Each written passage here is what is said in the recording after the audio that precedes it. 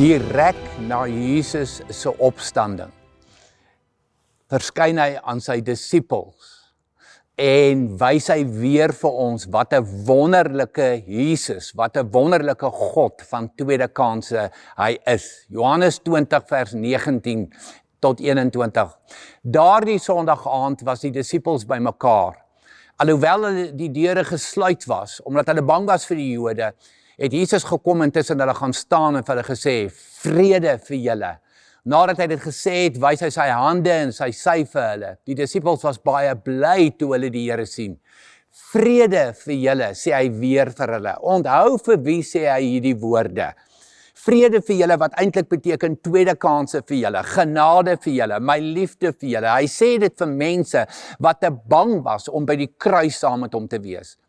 3 disippels in die tuin van Getsemane wat aan die slaap geraak het. Disippels wat onder mekaar baklei het oor wie is die grootste en wie is die belangrikste. Dus hy verskyn aan hulle en hy sê vrede vir julle. En dis wat hy vir jou en vir my ook doen vandag. Ten spyte van ons onvolmaaktheid, ons droogmaak, ons onsekerhede wat ons beleef. Vrede vir julle, vrede vir jou, vrede vir my, al verdien ons dit nie. En toe gebeur 'n volgende ding. Hierdie disippels wat die opgestane Here sien en met hom praat en na hom luister, sê toe vir Thomas wat twyfel. Thomas, ons het hom gesien, Jesus leef en wat doen Thomas? Onmiddellik sy hoekoms en sy waaroms en sy twyfel wat inkom van ek glo dit nie voordat ek nie dit gedoen het en dat gedoen het nie. En dan lees ons in Johannes 20 vers 26 tot 29. 8 dae later was Jesus se disippels weer by mekaar en Thomas was by hulle. Hoewel die deure gesluit was, het Jesus gekom en tussen hulle gaan staan en gesê, vrede vir julle. Daar is dit vir 'n derde keer, vrede vir julle. Daarna sê hy vir Thomas, bring jou vinger hier, kyk na my hande, bring jou hand, steek hom in my sy en moenie langer ongelowig wees nie, maar wees gelowig. En Thomas antwoord hom, hoor hierdie verskriklike mooi getuienis, my Here en my God. So hoor mooi, jou twyfel en my twyfel is regtig, dit intimideer nie vir God nie.